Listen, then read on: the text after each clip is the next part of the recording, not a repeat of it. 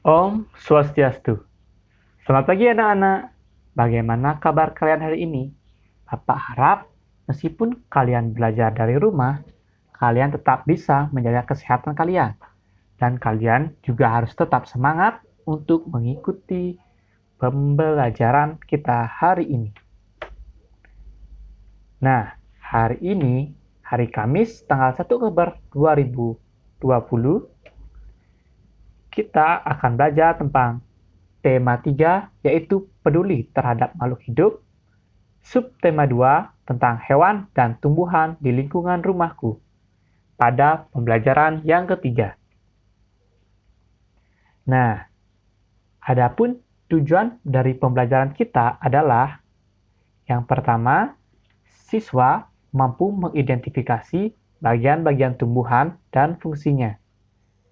Tujuan yang kedua, siswa menulis laporan bagian-bagian tumbuhan dan fungsinya dengan benar. Yang ketiga, siswa mampu membuat daftar pertanyaan untuk persiapan wawancara dengan tepat. Dan yang terakhir, siswa mampu membuat pertanyaan tertulis menggunakan kosakata baku dan kalimat efektif untuk persiapan wawancara dengan benar. Nah, sekarang kita akan belajar tentang tumbuhan. Tumbuhan itu memiliki banyak sekali bagian-bagian penting. Di antaranya itu ada akar, ada juga daun, ada bunga, ada biji, ada batang, dan juga ada buah. Nah, setiap bagian-bagian ini memiliki fungsinya tersendiri. Nah, apa saja fungsinya? Mari kita simak video selanjutnya. Yang pertama ada akar. Akar adalah bagian tumbuhan yang umumnya berada di dalam tanah. Untuk beberapa jenis tumbuhan, akar juga terdapat di atas tanah, bahkan ada yang menggantung. Akar itu memiliki fungsi antara lain sebagai pengokoh pada tumbuhan.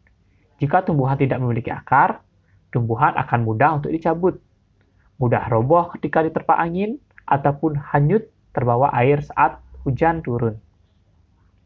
Nah, zat-zat mineral dan air yang dibutuhkan untuk makanan tumbuhan itu diserap oleh akar di dalam tanah. Nah, contohnya itu pada tumbuhan umbi-umbian seperti ketela dan juga singkong. Nah, bagian selanjutnya itu adalah bunga. Bunga merupakan bagian tumbuhan yang berfungsi sebagai alat perkembangan biji pada tumbuhan. Berikutnya ada daun. Daun tumbuhan berfungsi sebagai tempat berlangsungnya fotosintesis.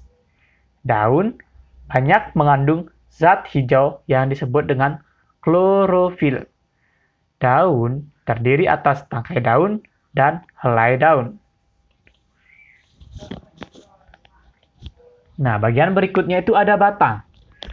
Batang tumbuhan yang berada di atas tanah adalah batang yang berfungsi sebagai tempat munculnya daun, tempat munculnya bunga, dan juga tempat munculnya buah. Batang juga berfungsi untuk mengedarkan mineral dan air yang diserap oleh akar, serta zat hasil makanan fotosintesis yang berasal dari daun ke seluruh bagian dari tumbuhan. Berikutnya itu ada buah.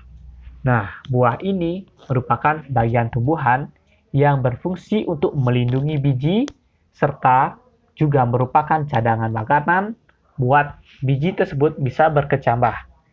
Nah, contohnya itu pada buah mangga dan buah apel.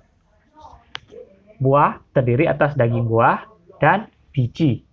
Bagian yang kita makan itu disebut dengan daging buah. Nah, sedangkan bagian biji itu merupakan hasil dari pembuahan yang terjadi akibat penyerbukan antara serbuk sari dan sel telur pada putik. Jika biji tanaman yang akan tumbuh menjadi tumbuhan baru, biji memiliki keping. Biji ada yang berkeping 1 dan ada yang berkeping 2. Biji berkeping 1 itu disebut dengan biji monokotil, sedangkan yang berkeping 2 itu disebut dengan biji dikotil.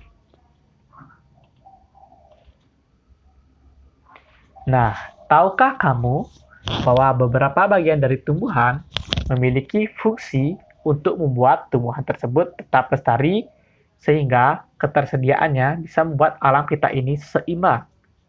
Salah satu contohnya adalah biji. Kita ketahui, biji merupakan cikal bakal bagi sebagian tumbuhan untuk terus menjaga kelestariannya. Nah, selain biji, bisa nggak kalian sebutkan bagian tumbuhan mana lagi yang merupakan bagian penting agar tumbuhan tersebut tetap lestari? Silahkan diskusikan sendiri. Nanti kita akan bahas di diskusi pada grup WA.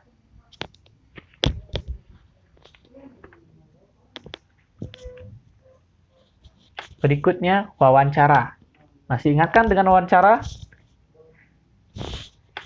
Nah, wawancara itu memerlukan pertanyaan-pertanyaan. Nah, sekarang kita akan mensimulasikan bahwa kalian akan menjadi seorang pewawancara. Nah, bayangkanlah jika kalian ingin menanam suatu tumbuhan dengan baik dan ingin membuat sebuah kebun. Kemudian, kalian ingin mewawancarai seseorang penata taman. Apa saja hal yang akan kalian tanyakan saat wawancara dengan beliau? Nah, saat wawancara itu kalian harus sudah menyiapkan beberapa pertanyaan.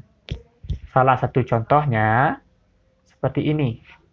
Misalnya untuk bapak atau ibu, itu pilih salah satu. Nanti tergantung orang yang kalian wawancarai. Misalnya, Bapak, apa saja alat-alat yang saya perlukan untuk membuat sebuah kebun? Itu salah satu contohnya. Nah, untuk contoh yang lain, bagaimana ya? Silakan kalian pikirkan dan nanti juga akan kita diskusikan. Terima kasih.